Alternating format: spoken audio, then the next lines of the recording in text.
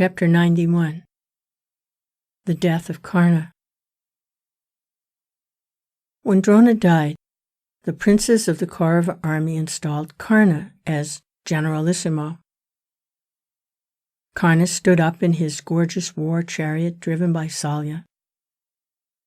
The dauntless confidence of his bearing and his great renown as a warrior heartened the Kauravas. The battle again began. Readers of the stars were consulted, and the Pandavas chose the propitious hour for grim battle. Arjuna led the attack on Karna, supported by Bhima immediately behind his chariot. Dushashan made a concentrated attack on Bhima and sent a shower of arrows at him. Bhima chuckled and said to himself, "I have this wretch now safe in my hands. I shall today redeem my promise to Draupadi. Too long has my oath waited for performance." As Bhima thus bethought himself of what Dushashan had done to Draupadi, the anger within him blazed up uncontrollably, and throwing down all his weapons, he jumped from his chariot and leaped upon Dushashan like a tiger on its prey, hurling him down and broke his limbs. "Wicked beast! Is this the wretched hand that held Draupadi by the hair? Here, I tear out the root from your body. If there be any wishing to help you, let him come forward and try." Glaring hatefully at Duryodhana as he roared this challenge, Bhima tore Dushashan's arm out and threw the bleeding limb on the battlefield. And then he fulfilled the terrible oath he had taken 13 years before. He sucked and drank the blood from his enemy's body like a beast of prey, and danced on the bloody field, mad with passion. "I have done it," he roared. "The oath I swore against this great sinner has been redeemed. It only remains to redeem my oath as to regards Duryodhana. The sacrificial fire is ready. Let that victim also prepare." The scene made everyone shudder. Even great Karna was shaken as he saw Bhima in an ecstasy of wrath. "Do not flinch," said Salya to Karna. "It does not befit you to show any sign that may be mistaken for fear. When Duryodhana stands quivering in despair, it is not right that you also should lose heart. After the great Dushashan's death, the army's hope rests solely on you. You must now bear the full burden. Like the gallant warrior you are, seek single combat with Arjuna and win eternal glory on earth or the soldier's heaven." At these words, Karna recovered his courageous spirit. With eyes red with wrath and unshed tears, he bade Salya drive the chariot towards Arjuna. "Enough of fighting," said Aswatthama, addressing Duryodhana earnestly. "Let us terminate this disastrous enmity. Beloved friend, make peace with the Pandavas. Stop the battle." "What? Did you not hear the words that the stubborn Bhima uttered when, like a ravening beast, he drank human blood and danced over my brother's mangled body? What talk can there be now of peace? Why do you speak vain words?" said Duryodhana. Saying thus, he ordered a fresh disposition of forces and gave the command for attack. Then followed a great battle.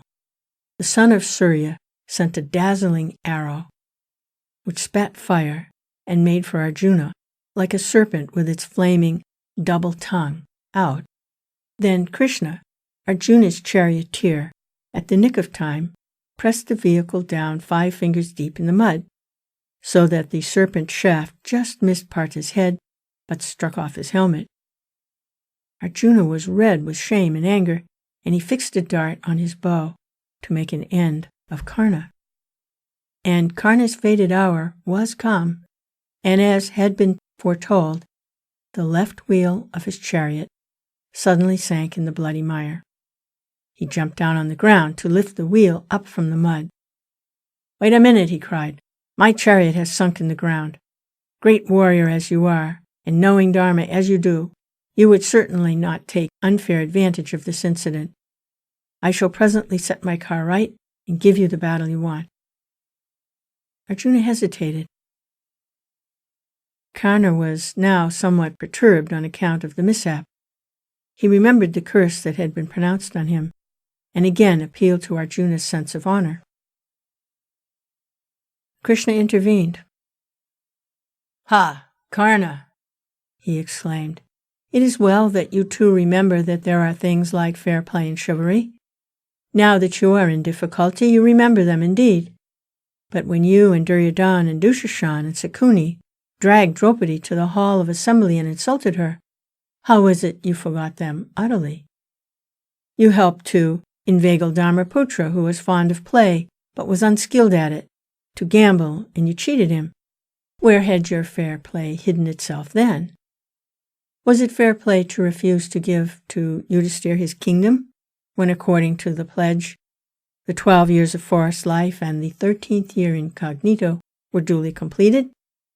What happened to the Dharma you appeal for now? You conspired with the wicked men who sought to poison and kill Bhima.